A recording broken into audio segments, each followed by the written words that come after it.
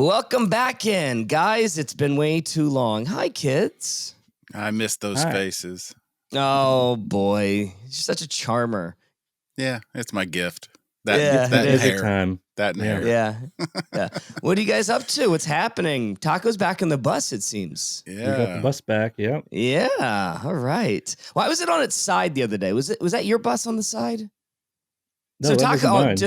Okay, so Taco sent a snap, Barry, the other day of a bus literally sitting on its side. Wow. In a garage. Is that how you normally fix the bus, Russ? It does make it easier to get to the bottom. Makes it easier to get to the bottom when you're working on the... Yeah. Did you watch the live stream? That's how you treat all the ladies. Yeah.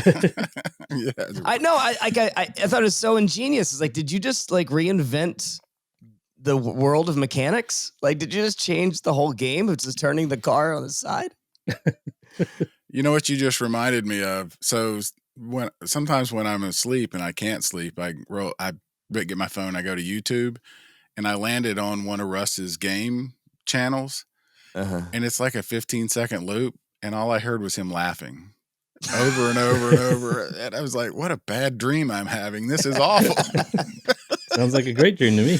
Yeah. I don't know what was happening. I was like, why did Taco in I wonder how many times your wife has woken up thinking that she's sleeping next to Russ. Probably a lot. I wonder how many times she actually has slept next to Probably Russ. none. Guys, got so much to get into. I don't know where you want to start, but I think the big news of the last couple of weeks since we've seen each other, we've got dates, we've got pricing, we've got rumors abounding. Is it abounding? Mm-hmm. Whatever. But we got a lot of stuff to get to. Where do you want to start? Let's just go. I don't know. We do have dates. Thank everybody for listening and sticking with us. We've given you a whole bunch of high five clips. We know that's not that's not a full episode, but we like them. And I gotta say, every time I go back and find one, it's kind of cool. And we'll hit on that again because we're going to talk some Grammys and all of that. But yeah, I mean, it's amazing what all we've been able to do and who we've been able to talk to. So I think it's very cool. Yeah, why they keep saying yes is confusing to me. But here's the thing: they're never coming back. Yeah, we don't get many return visitors. Fair enough. Yeah. Fair enough. All right, let's start with the dates. No surprise here. We're talking mid-June, right? Is that Father's Day? It's Father's Day weekend still, right? Yeah, usually 13, 16, right? I love this idea of whenever people are freaking out. I don't know if I've got 100 messages of people like, do you know dates yet? Do you know dates? We always know the dates. I think that there's this fear that it wasn't happening. There's always this fear of like, do you think that they might cancel? Do you think that they might? Because, the graveyard is getting populated week after week with festivals just falling apart. I was Sometimes told by... you need a little reassurance, just that, yes, maybe. It is happening. Yeah. Yeah, maybe. Mm-hmm. I got told by somebody deep in the... I won't say from where, but a festival booking agency in general, and said, this is the hardest festival season we've ever had to book. Wow. We've never had the difficulties that we've had this year. And you're seeing, festival after festival just close up shop. And if they'll ever come back, I don't know. But maybe it's that festival insecurity and not thinking that it's going to come back and we might lose it for a year or two. But did they offer wise? Speaking of cancellations, Riverbend. Yeah, we lost our local one. But did they offer why, Brad? I mean... Yeah, costs. Artist costs are through the roof. And they just keep going up. Production costs are through the roof. And then the ROI on a lot of these, if the margins are so small that if you miss that, you're going to get crushed. Yeah. Now, I don't think that, the people of Bonnaroo and Lollapalooza and Coachella have anything to worry about, but a festival like Hangout could struggle. If you don't sell out or get really close, you're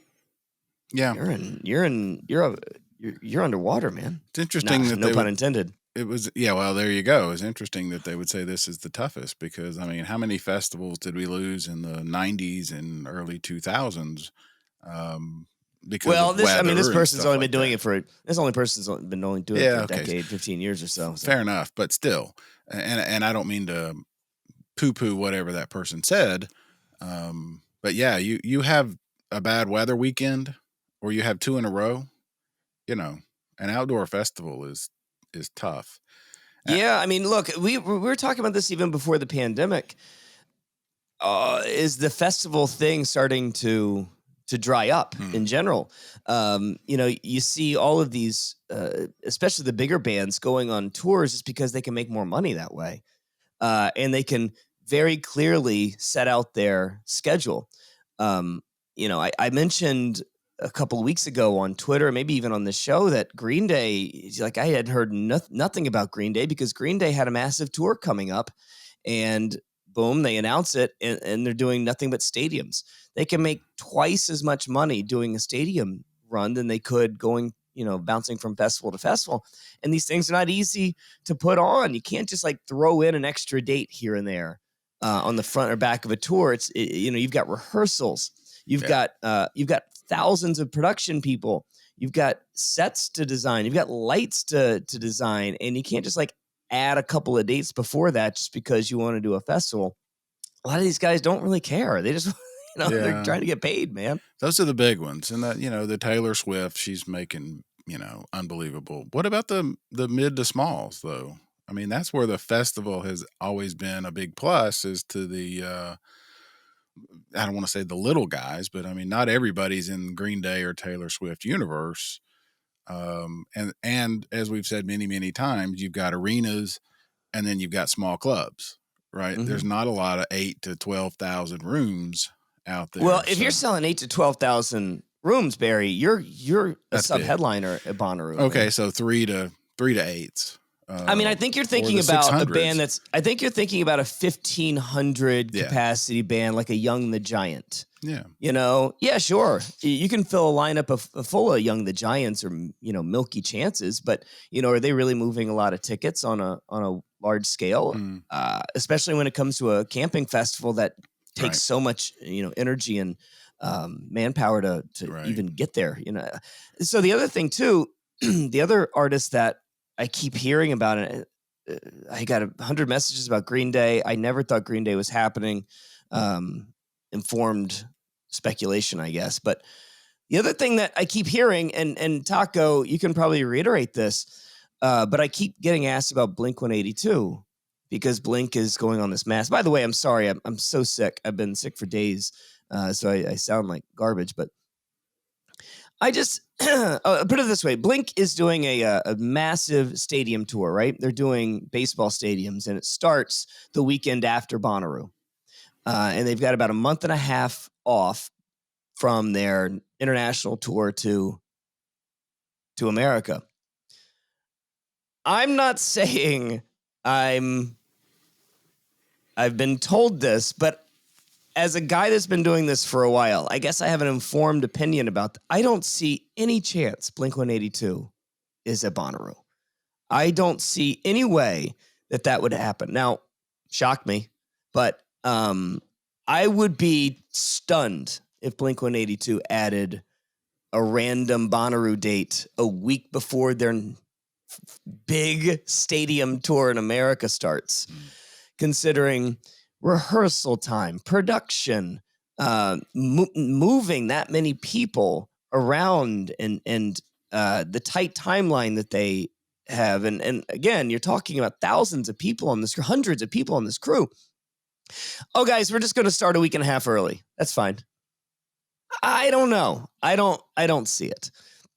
I will say, though, if we're going to, jump into rumor season, I do, if I had to guess, now this is not informed speculation, but I think that you're going to see something as far as headliners go, something like in the level of Dave Matthews, Black Keys, Miley Cyrus, Fred again, Boy Genius. That's where I would probably be thinking, and not these already touring massive baseball stadium sort of bands. I'd be okay with that. Everything you said, I'd be fine with. Yeah, I think that our our perspective is a little off here. But you know, who knows? I just have I just deep in my gut, I don't think this Blink-182 stuff is not accurate. I have a feeling in the next several months, we on this show, and I hope it's true because we've been talking with, some folks as you have, it's a shift.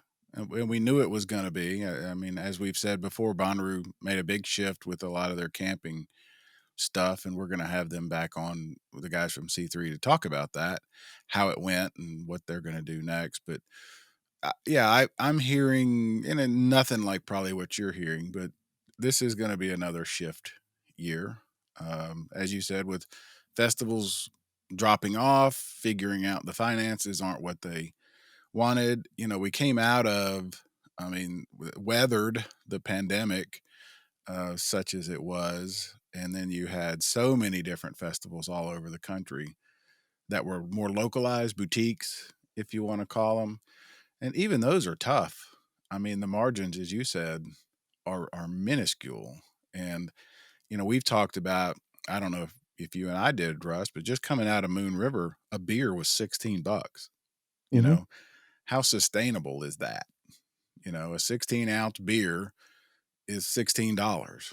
There's not a lot of people that can afford too many of those, So the realities of budgeting money, especially a non-camping festival where you can't bring your own in, right, at least at your camp. Yeah, and at some point you start asking yourself, can I afford this? So, well, I mean, it's a good point because they, went to the all-in pricing this past week, and I don't know what the reaction has been on you guys' side, but ticket prices have gone up. They have eliminated all the fees that exist, at least the hidden fees. So now you see everything that. There's fees. There's fees, but you're up front. Yeah, you see them, and then they sort of stuck it to the upper echelon Bonnaroo goers, who probably could afford it.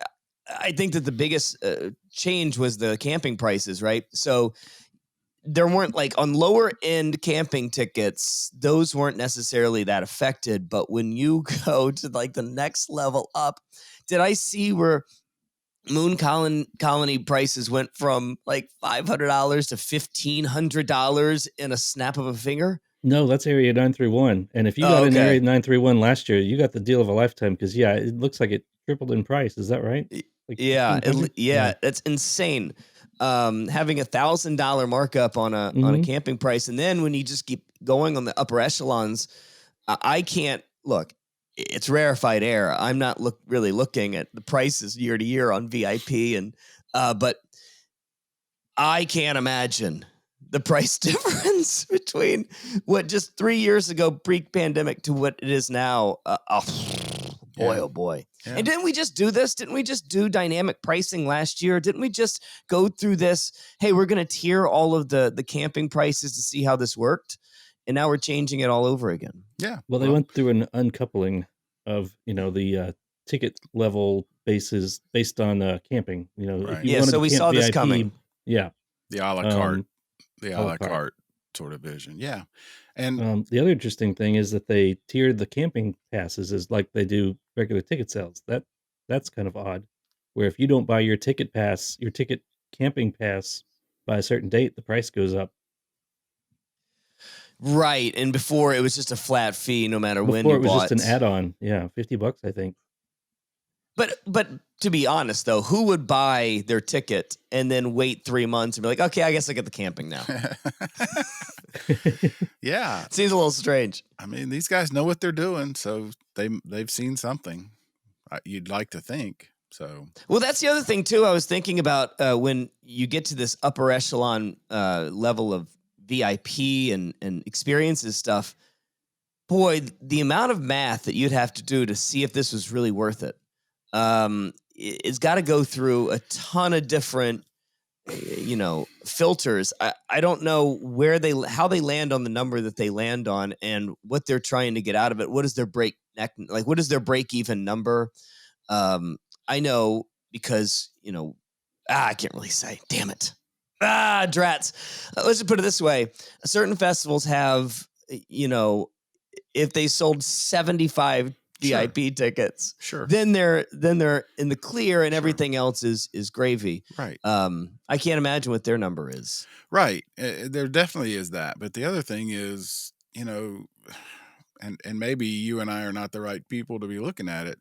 Not everybody is counting out their dollars. Not everybody is looking at, well, I only have this in my budget. A lot of those upper echelon VIP people, it's not about the money. A lot of it comes from corporate. A lot of it comes from you just have the money, which not my universe. Yeah. I'm sure there are people who are struggling. I really want to do that next level. If I work another overtime for 2 weeks or whatever, I don't think there's a lot of those. I think we're talking about people who have the money and can afford to do it. And I think that's where the festival has realized there is a market. Yeah, I think that I would be one of these fringe GA plusers, right? Because, there's I don't know why I always try to buy the most expensive thing that I can afford that is completely unnecessary for my life. Right. Somebody's going to have to tell me if the GA plus was something that even, moved the needle for them, or the next, space up after that was after GA plus. Are these things that are now very expensive for a budget-minded Bonnaroovian? I do wonder if they're worth it at that point. Yeah. And again, we'll talk to the guys from C3, I hope, very, very soon. But I think there is value. I just want to hear somebody who's actually done it. Yeah, I want to hear exactly. from somebody who's actually used some of these different tiers, and now if the prices have changed, would they go back? And it's the other thing that I wonder about, the guys that are setting the price.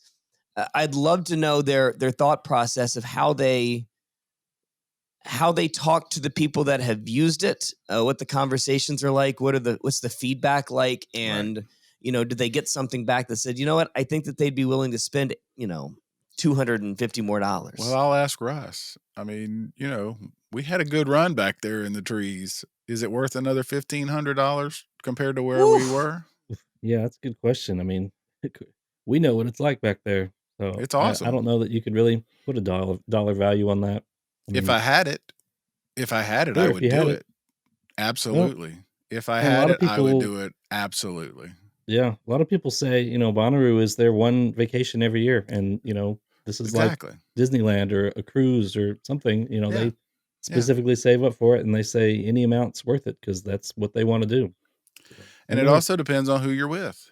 If between true. the three of us, if you and Brad said, 1,500 is nothing to me, That's right. that's where we're going. I'm committed, right? I mean, Hmm. I'm certainly not going to sit on the outside the fence and So, wave at you.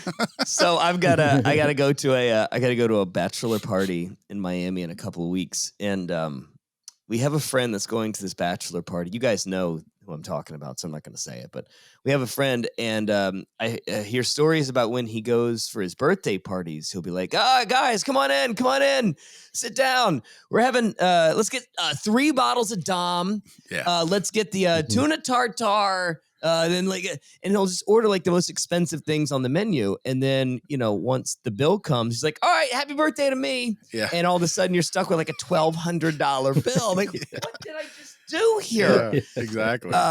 And I fear that this bachelor party is going to end up like this, right? Exactly. That's sort of Barry, I would like to do 4-day VIP. That's going to cost you $900. So get a load of me. Yep. And hang out with me. And it's going to cost you an extra $600. Yep. So enjoy. Yeah, and we'll see you at Tame Impala later tonight. Right? Yeah.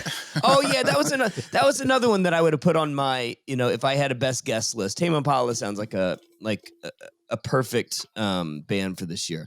I forgot about that. I'm glad you brought that up. Yeah. I'm looking at the 4-day VIP ticket at $900, right? You get to hang out on the moved hill. You get to hang out on the hill. The legendary hill. I hope to God at some point, Barry, Taco wants to be on the big screen saying yes or no to a baby. Yep. I want that hill named after me. God damn it. I want it to be the Brad Steiner Hill. Tell you what, I'll go ahead and name the part that didn't move after you. Here's the Steiner section, right? At least a sign that said the hill used to be here. The Brad Steiner Hill, R.I.P. Yeah. You just want to I want that hill. I want that hill named after me. If you can do anything, Ken Weinstein, Danny Bonnaroo, give me that hill. You get the Witch Stage on-field viewing area. That's the space right in front of the stage, right? Because they took down the bleachers. Right? Yeah. Yeah, I'm right about that. Yeah. Okay, so you got an air-conditioned VIP lounge, which is, private bar for drink purchases. I love this. Complimentary water refill station. Boy, thank you. And then the express lane, and then the VIP Thursday night party, which always comes with a band. So if I actually, I don't remember what the VIP price was last year and the year before. I've known plenty of people that go for VIP and they have no problem with it. They like it a lot. Exactly. But my question is that with VIP, what's the camping price on top of that? So it's $900 for my VIP ticket, but then where do I go to pay for my camping pass for VIP? Did I miss something? Well, there is no VIP camping. That's part of their uncoupling. So if you want to buy a VIP ticket and just slum it out in GA with everyone else, you can. Or you can, you can choose your tier based on what you can afford and what what experience you want. But when there it is. Okay. I go to the camping session. There it comes in. Okay. Oh boy. Okay. So primitive car camping in Moot Colony is $500. The darkroom tent is $2,300. Yep. Boy, the RV prices. Oh boy. And then if you want 931, there you go. Tacos, $1,555. $1,554. Where it was last year is $500. Mm-hmm. Folks that I know that do that, I know a couple of people from here who have RVs, and because of age, whatever, they've been for many, many years. They now have kids that want to go, and so they make the kids pay for their RV camping. Oh, that's funny. They're funny. I'll drive, but you're paying for my camping. That's pretty good. Yeah. Never heard a better argument to have kids. Finally one. We found one, Taco. Yeah. We finally found one. I mean, I will say that the primitive car camping at $110, I don't have a problem with that. No. I know it was $50 last year. Yeah. I mean, it just doubled. Yeah. I mean, look. I went to a bar the other night with Evan Bonnaroo, and he loves that name, by the way. Oh, I know, yeah. He's like, so how the hell I got named that?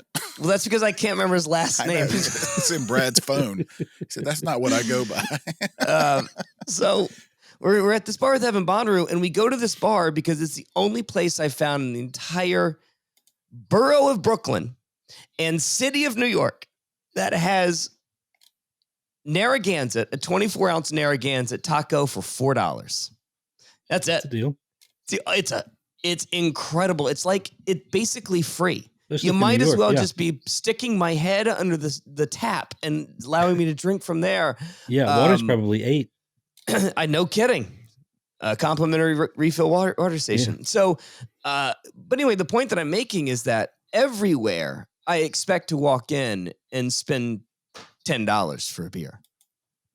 Whereas, 3 years ago it was $6. And then 3 years before that, it was, we were still, do you remember, Barry, there used to be a bar, and I don't know, Taco never left his house back then, but there used to be a bar in Chattanooga where we would do penny beer nights, where you'd show up and just throw like 15 cents down and you get 15 beers for all your buddies. And it was all so that women could go in there and drink tequila sodas for $12. But, you go through this, the 5 years ago where it was 5 years. I don't have any problem with the price going from $50 to $110 based on everything that's going on in the economy in the last 6 years.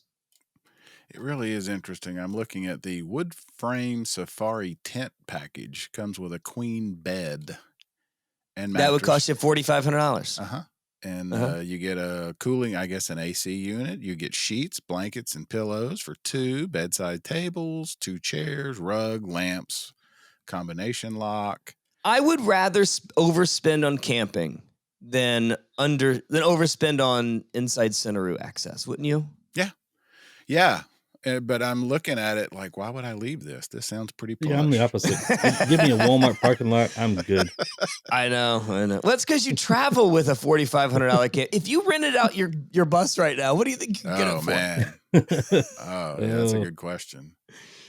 It's just an interesting. Honestly, have blue hair and you can get in for free. Yeah. And I think the real point in all of this is that there are people who have the money and don't care to spend it.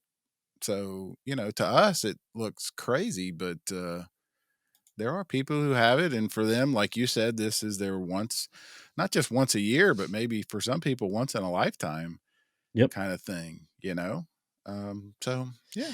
All right, so this is put a pin in this because I want to go to the I want to go to this wood. I want to go find somebody with a wood frame safari tent when we're there, and I just want to go talk to them and be like, "Hey, so what do you do for a living? Why'd you choose this camping package? What was it about this? And what did you couple it with? Yeah. GA or multiple, VIP passes, etc." The more I think about it, I'm really interested in the whole who did you go with? Because right. you and your spouse, okay. But yeah, like you said, if it tried to get a group of people, that's a little tougher, I would think. Sometimes It is. So maybe I mean, I would prefer to do the wood frame safari tent. I know this is going to sound weird, but I'd prefer to not do it with a spouse because it's the same bank account. I would Depends on rather whose go with spouse. Barry. Well, if I'm going with Barry's wife, I know that she can cook now. Yeah, she can cook. The pimento cheese is going to be on point. But I'd like to go with somebody who can split the cost with me a little bit because then $2,200 sounds a little bit more manageable over 4 days. And theoretically, you spend the other 360 days of the year with that person too. So how special? It's a good question. I don't know. Depends on whose spouse.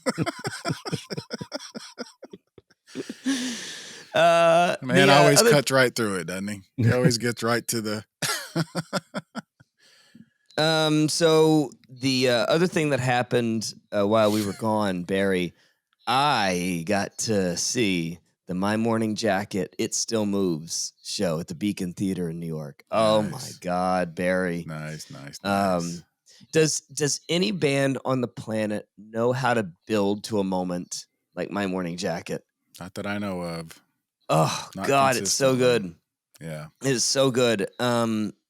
So they did the album and then they came out and did a couple of other stuff, a couple other things afterwards. And they're doing this around the country, but Jim is just, he's feeling, I'll just put it this way. After our conversation with him, I kind of changed my perspective on how I look at Jim. And you can go back and listen to it if you want to. The Jim James interview is one of the great moments interviews. Of my career. Really good interview. He's just so good. We didn't have anything to do with it. He was incredible. 100%. But the thing is, I see him differently, as he's trying to rethink how his life is and how, he's going to stay alive. And, he's playing, it feels effortlessly with a clear head. And it's just so precise. Everything sounds so good. I've told you this before. I never considered My Morning Jacket a very sessionable band for me. I can't really put them on and listen to it around the house. I know you can, but man, there's nothing like My Morning Jacket. Man, I saw him in a theater. Barry. I saw him here at the Tivoli. They build a set, don't they? And you mentioned spouse. It's funny. I've told this story. They were here just after Christmas, so my daughter bought tickets for me. And Kelly knows how much I love them, so she said, "Yeah, I'll go." And sold out. Beautiful Tivoli Theater, 1,700 people. First note, everyone stands up. 1,724 people stand up, but not 725. And I turn and look at her, and she just sat there. And the first song ends, and she looked up at me, and I know the theater manager, so he said it's going to start at 8:00. It's going to end, I think he said at 10:37, something like that, whatever. And she looked up at me and she said, "And how long is this going to last?" And I said, "We have 2 more hours and 30 minutes, and we're staying here the entire damn time. So shut up." And it went a lot like this. Well, that's what I was going to say. It did for the next 15 minutes, but eventually, because they build such a great set, she got into it. So, but yeah, I'll never forget that. That's my lovely wife. How long is this? That is so last? good. How long is this going to be? I said all night, and we're staying. So shut up. Man, I've it's a good never set. felt like I was there on your wedding day until just now. That's my life, man. Yeah. It's like, I paint a room and she walks in. She said, "Can you fix that? Did you see that spot up there?" Yeah. Looks great. There's the flaw. But anyway. I got to, there's some other shows that I got to see. The other one was Death Cab and Postal Service. Talk about,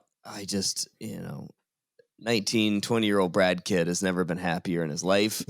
Cried like a baby. I love that album. Like my favorite album of all time, played in its entirety. And then the Postal Service set, which I had never seen Postal Service before. They just say like they've only done 2-3 tours. So I never once saw him, and oh man, what a set. And then coming up in a couple of days. You had a nice interview with AJR the other day, right?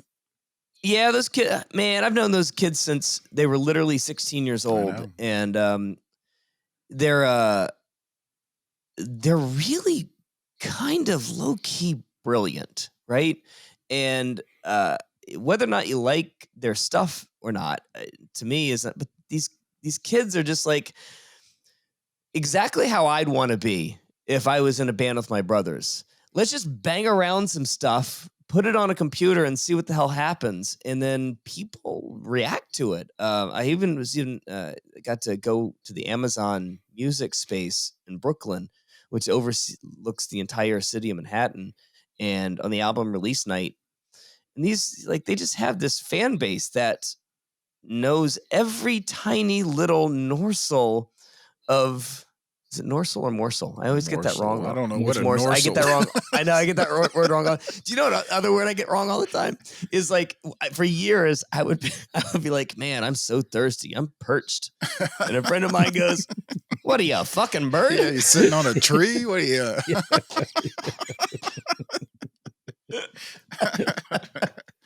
Yeah, I always get parched, and now I've gotten so confused because the wife will yell at me so many times about getting Norsel wrong that I don't know which one it is anymore. I get so lost. The self-doubt, yeah. I know it's the self-doubt creeps in. I have no idea what's happening. So anyway, they know every tiny detail about this band and every little note and every little thing, and they're questioning everything. And you got this fan base where, like, so on the front cover of your CD booklet, there is a drawing of a mouse at the bottom. Is that indicative of your second song in the third line of the chorus? And they're like, "No, we just somebody drew a mouse." Yeah, it is so weird, that fan base. But anyway, yeah, they're to see them grow. And Barry, you remember they were in our radio station courtyard in front of, I don't know, 6 people, and none of them knew who they were at 16 years old. And then a couple years later, they come and play the Running of the Chihuahuas. Yeah, and to this day, they still remember me as Chihuahua Guy. Yeah, forever. Who doesn't? Forever know as a Chihuahua Guy, and they keep. I think that this is a bit, but every time they see me, they're like, "Hey, Brad, how are the Chihuahuas?" I'm like, "I don't have Chihuahuas."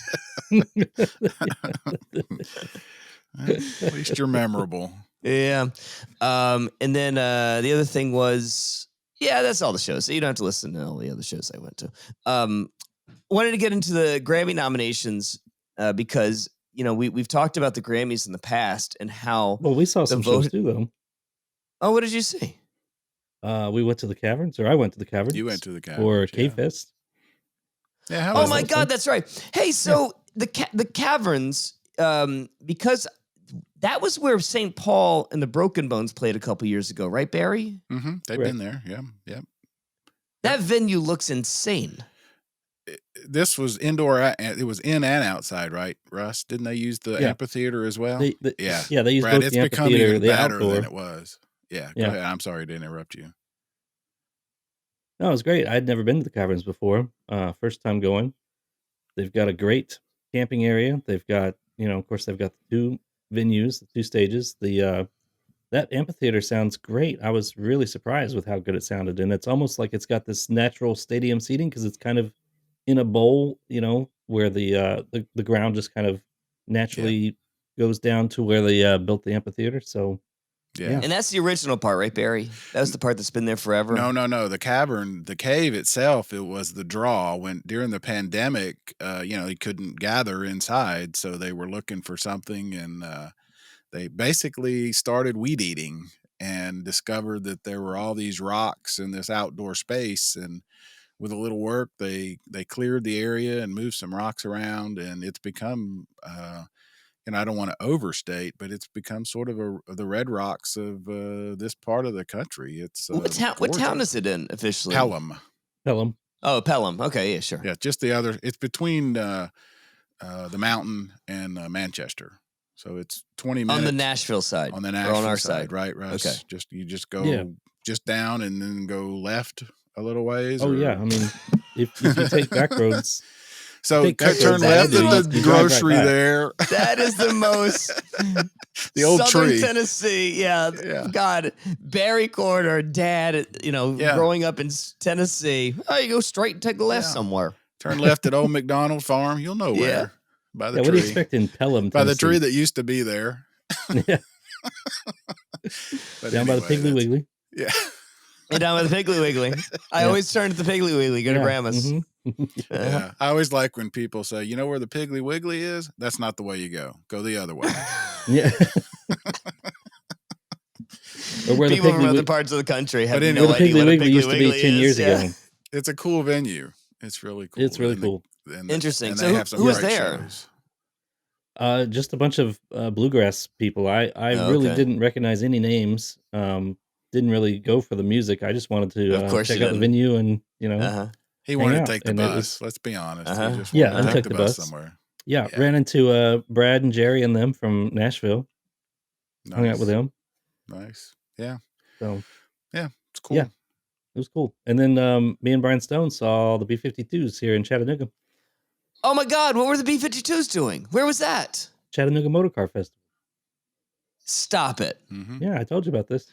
Oh my God. Yeah. So I think that, I don't know what I'm saying this way, but man, one of the great shows of my life. I love the B-52s so much. Like great. You're never going to tell me that the B-52s is not a fun show ever. And I would kill if they would just do one more run in like smaller club venues like they started in. Just one more. Give me one more Fred Schneider run in a small club. This is it. This is their farewell tour. Yeah. I know. And I don't remember why I didn't go, but I saw him because it was after 6:00 in the evening, Barry. We know exactly why you didn't go. That's a big part of it. I know why. I thought it was Sunday night and it was Friday night and my whole schedule was messed up.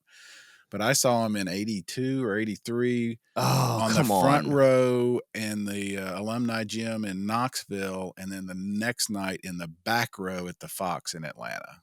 So I saw front row and then back row. They were awesome. Man. I love the B-52s. And I did say, Jossie. You remember how much I bragged on that was my show to see at Bonnaroo this year. This guy, he's obsessed with this Jossie. It was great. That was the first.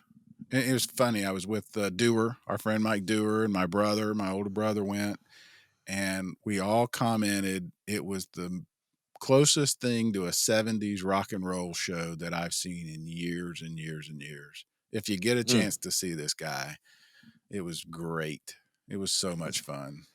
So, not to interrupt, I'm sorry to interrupt, but I've got Rue Ham in town. Ham 1 is in town, and we're making plans for Evan Bonnaroo and Rue Ham 1. So just like live on the thing. Hey, Ruham, we're talking about you.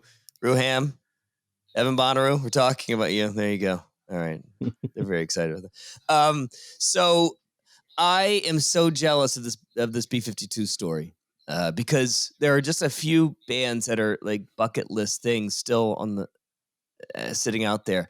I saw B-52s. I'm not going to lie that it wasn't, the way I wanted to see them, but that's not the point. At least I saw them.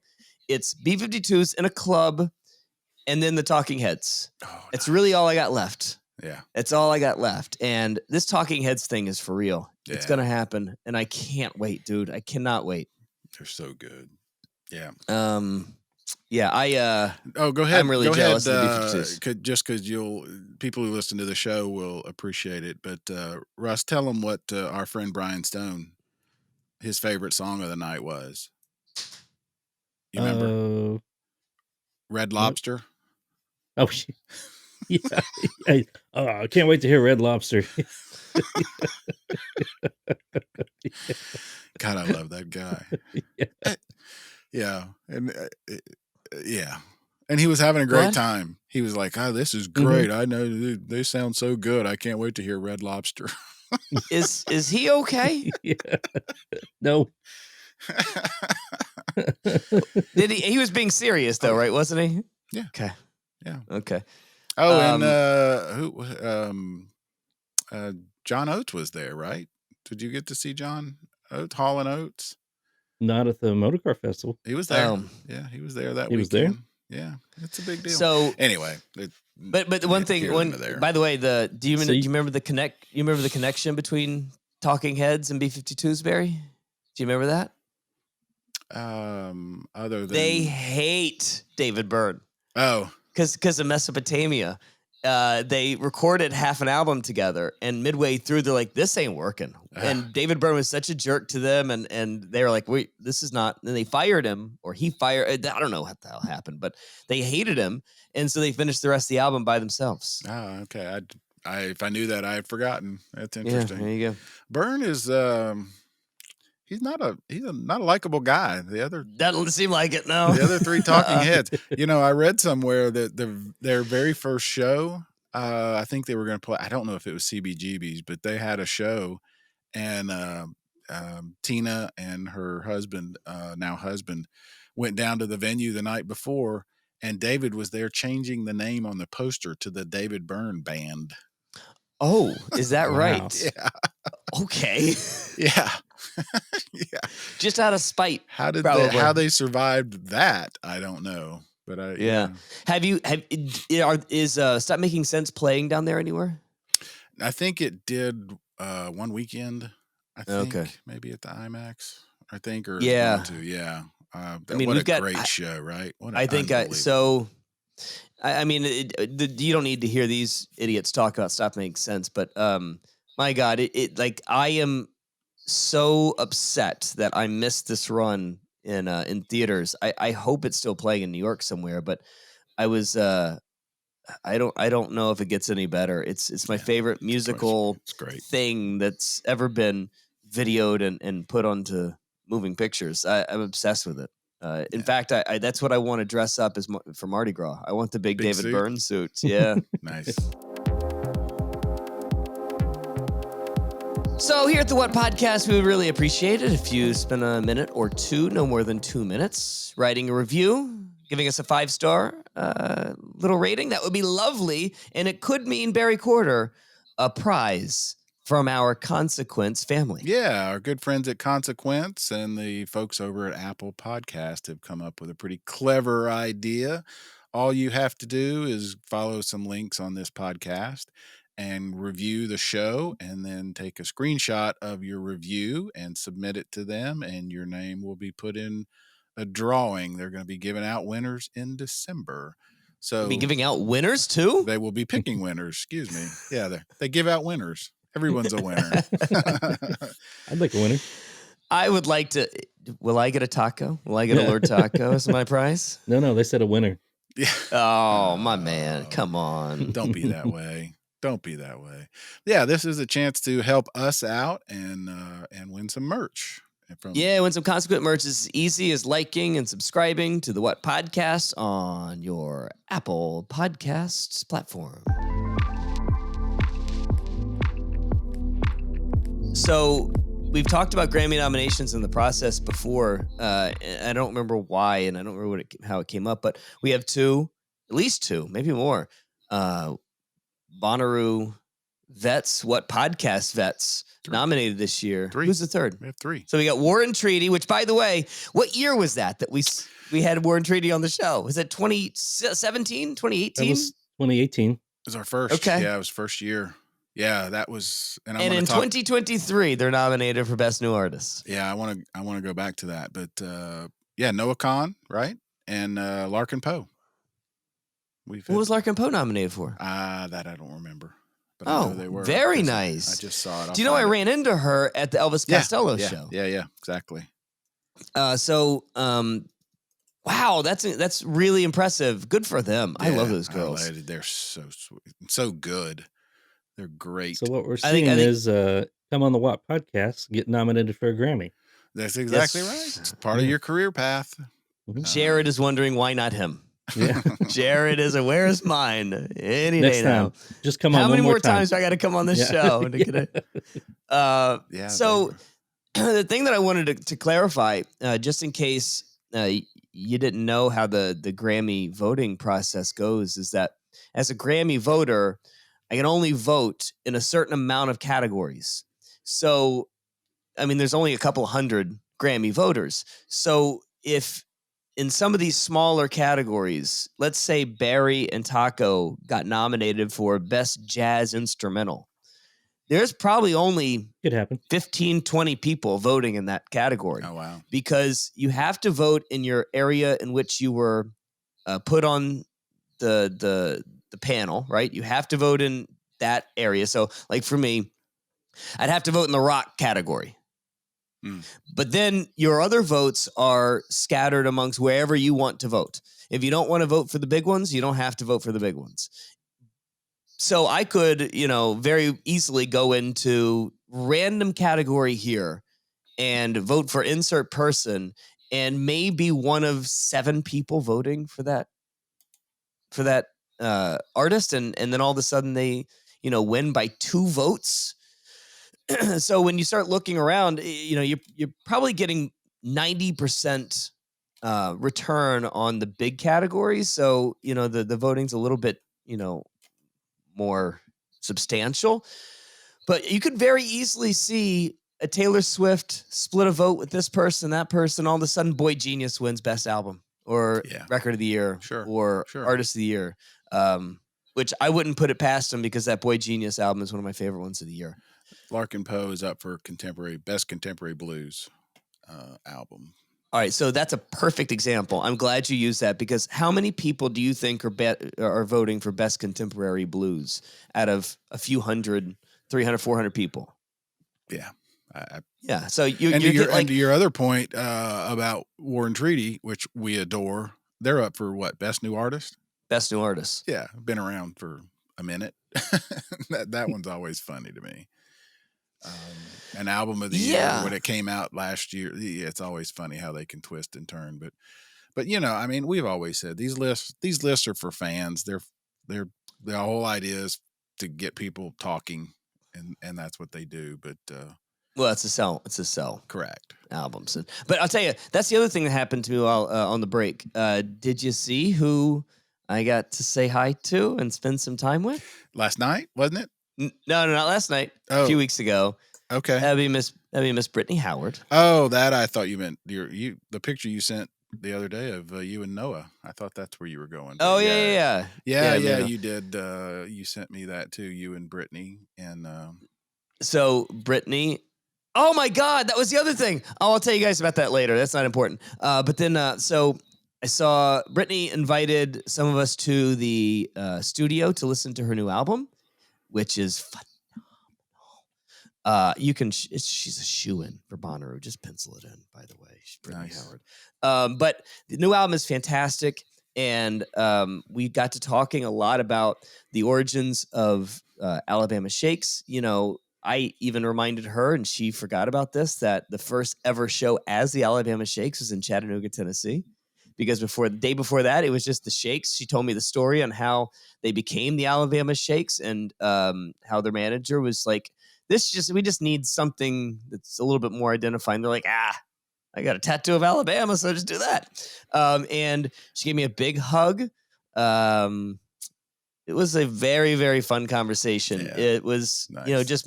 just, I don't know, Barry. You know how much I love her, and you know how much I really, really care about the people that I like, the artists that I like. And when I get very nervous about spending time with them because I don't want them to disappoint me. But this is one of the not the other way around. Not the other this way. is one. No. I get very no. It's always going to go bad. I promise. I was always going to. But I just time after time after time, I spend time with her, and she swells my heart and makes me feel so happy and full of joy, no matter what is happening. This is just one of the most honest and forthright and beautiful souls that I've really ever interacted with. I just adore her on every level.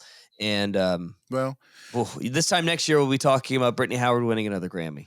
That's a great lead into why I'm so happy for these three artists in particular. I thought our phone interview with Noah Kahan, who you knew and know, our interview was the first time I had spoken to him, and unbelievable interview. He was so honest and forthcoming about his mental health issues, and he's also become one of the biggest artists on the planet. And he's become huge. And Larkin Poe, I go back when they were the Level Sisters. I'm pretty sure I did one of the first interviews with them when there were three of them with the sisters. North Georgia Zone. And I mean, Warren Treaty, I mean, if you listen to this show at all, you know how I feel about Tanya and Michael. It's one of your top 5 shows of all time. Oh my God.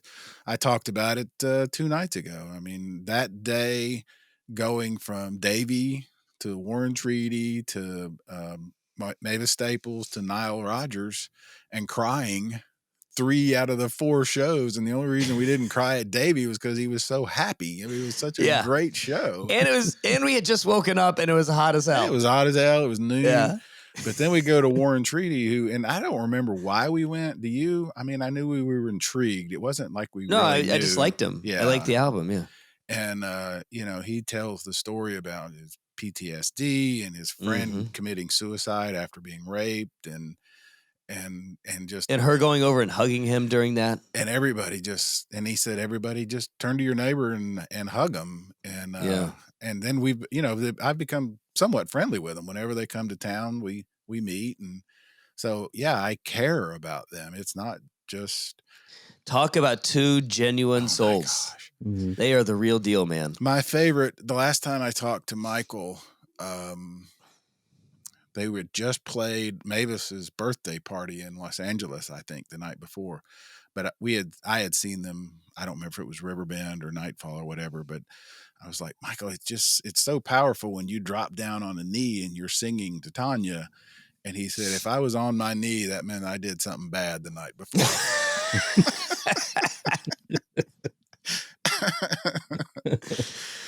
I gotta imagine. I gotta imagine if Barry Quarters on his knee in front of the wife. Yeah, he ain't, first off, he ain't getting back up easily. He's like me. He's like, if he's getting down, there's a reason. Yeah. It was so funny though. They're just so genuine. I'm so happy for them. All 3 of those artists nominees. So it's cool. All right, on housekeeping day, do we have any other corners to sweep? Do we have anything else to get to? No, we got the dates. We got some. We're hoping to have, like I said, the Corey and Brad from C3 on very soon. And I mean, here we are, almost middle November. So rumor season's gonna get nasty in the next month and a half. Starting to ramp. Get ready. Recluse coming up soon. Recluse, and we got some other news, some other things coming up that we want to get to. So I'm very excited to be back and missing you guys. Well, we keep saying we're back, and then well, I want to take another month off. Yeah, I'm back. Russ and I are back. I never left. But Russ has been there the whole time. Yeah, 100%. If you could live stream this show, you We can. We pop have it before. on. Well, Yeah. you pop it on. Russ is going to be there the entire time you hit play. If you hit on, he's just going to be sitting there. Yep, pretty much.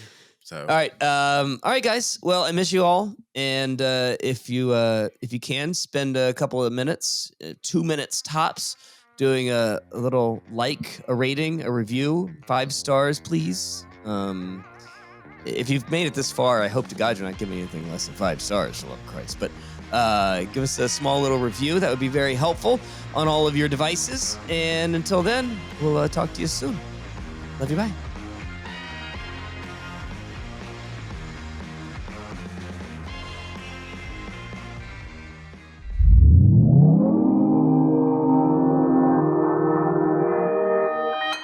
Consequence Podcast Network.